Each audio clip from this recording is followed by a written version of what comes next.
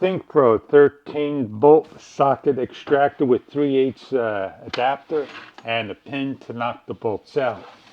You have from 10 millimeter all the way up to 27 millimeter over here.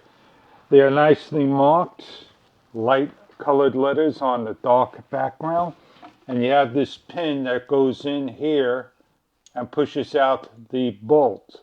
On the larger one, you're going to take the opposite side and you're going to stick it through the hole to get the bolts out.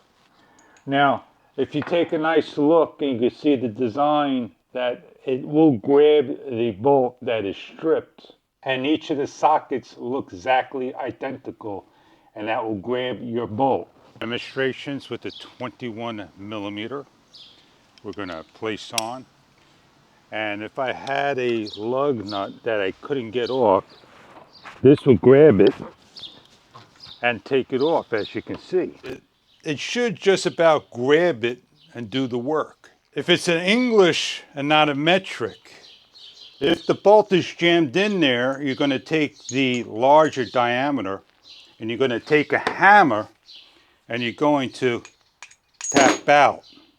I hope this product is something that you are looking for that may be right for you.